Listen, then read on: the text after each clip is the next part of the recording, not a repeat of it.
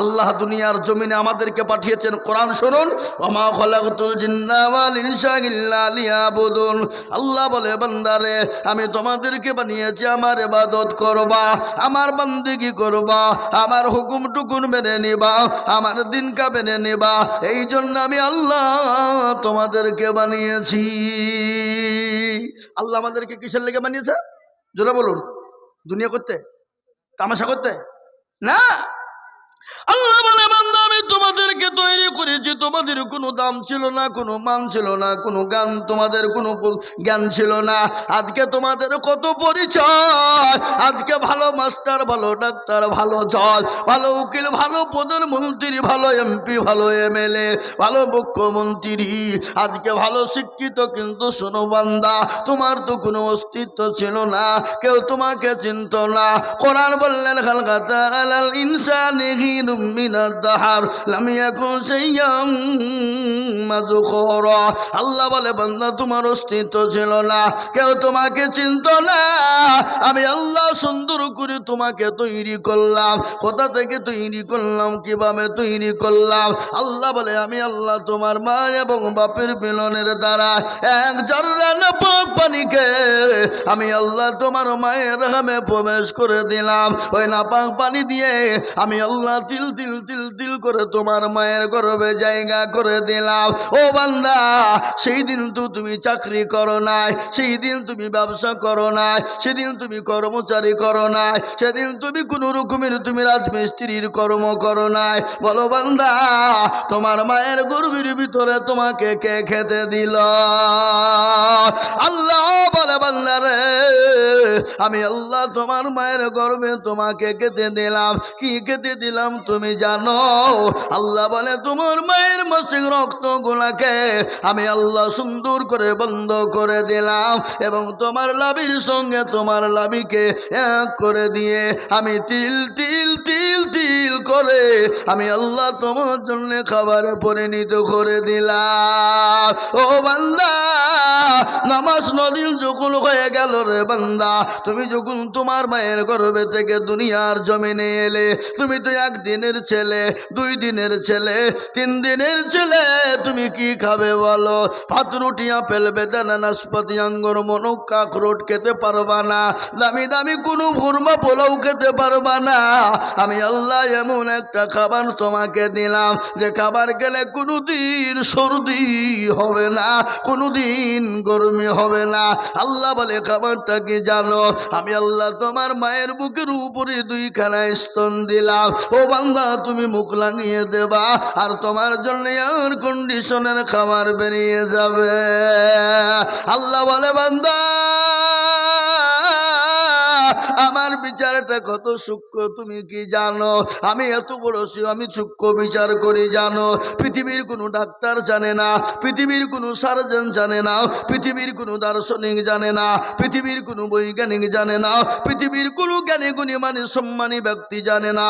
আল্লাহ বলেন, আমি তোমার মায়ের এক একটা স্তনের ভিতরে আমি আল্লাহ কড়া করে ছিদ্র দিয়েছি, তোমরা কেউ জানো?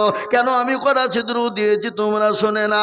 আমি আল্লাহ যদি একটা ছিদ্র দিয়ে দিতাম, তুমি তো 1 দিন 2 দিনের ছেলে, তোমার গলায় পানি জমে, গলায় স্তনের দুধ জমে গিয়ে তুমি সঙ্গে সঙ্গে মারা যেতে পারো। কিন্তু না রে বান্দা, আমি আল্লাহ এত বড় দয়ালু আর রহমান রহিম।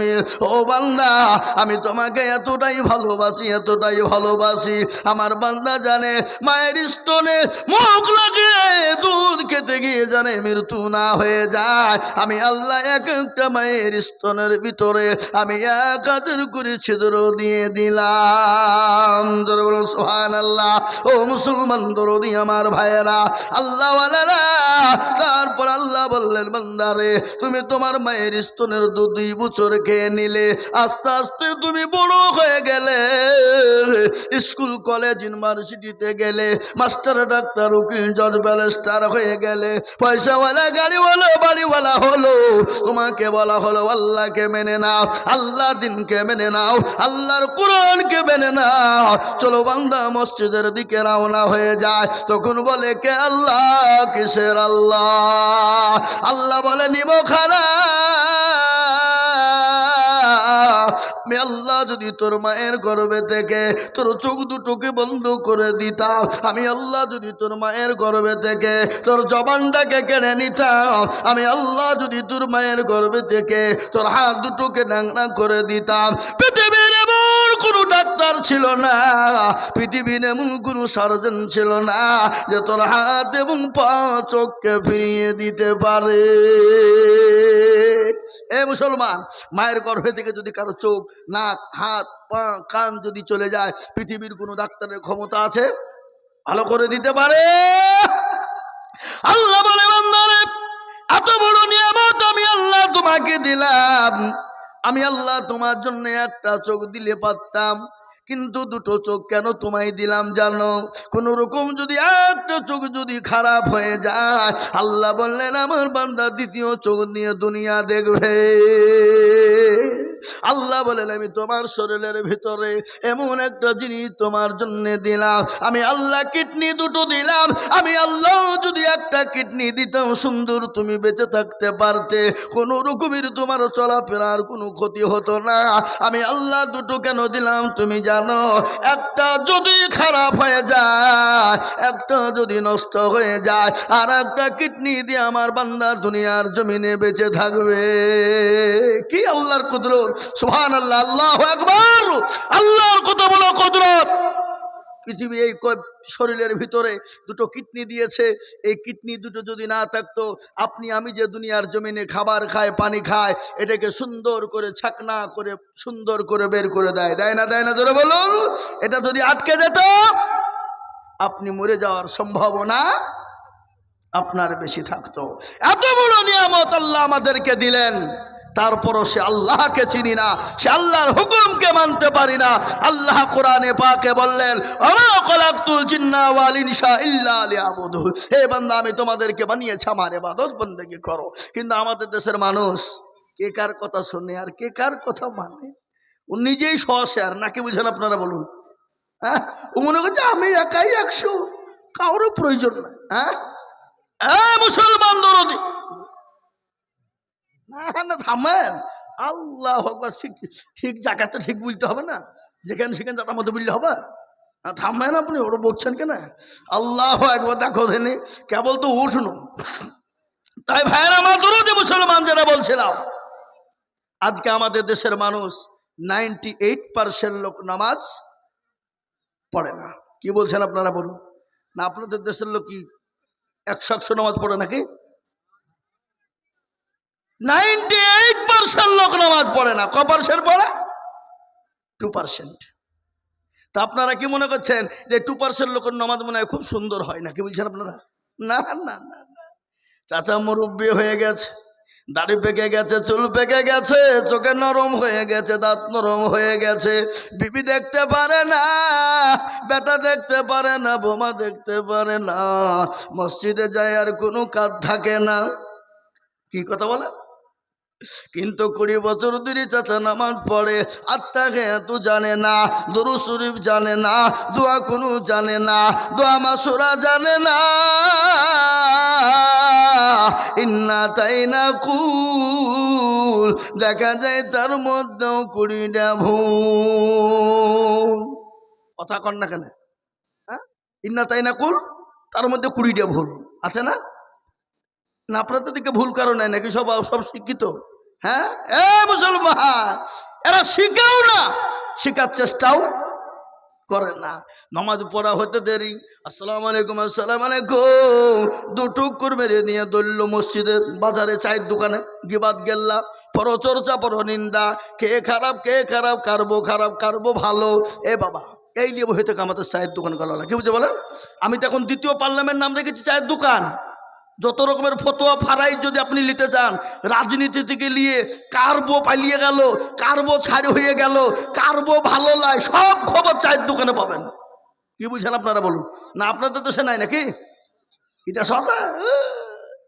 আল্লাহু আকবার। আপনারা একটু বসেন বসেন, আমি আজকে মগজ ধুলাই করে দেবো, একটু বসে থাকেন, শোনেন না, একটু বসে যান তো মুসলমান। এই থাকবেন তো নাকি আপনারা, না পালাবেন? এই কে কে পালাবেন একটু হাত তুলে দেখান, আল্লাহকে দেখান। কেউ তুলল না, উঠলে কিন্তু বসিয়ে দেবো। আমি তোলার সুযোগ দিয়েছিলাম, কিন্তু আপনারা কেউ উঠেননি, আমি কিন্তু উঠলি বসিয়ে দেবো।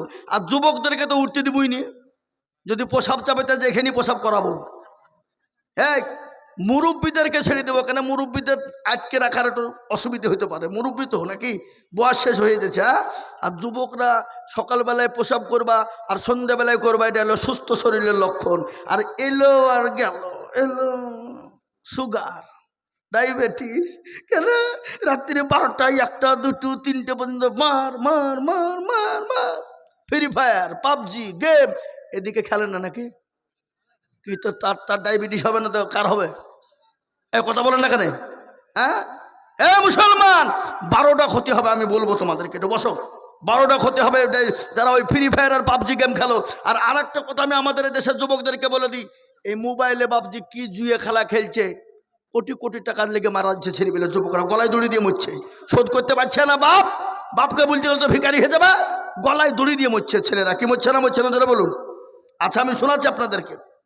তাই যেটা বলছিলাম, এরা কোরআন শিখে না এবং শিখতেও চায় না।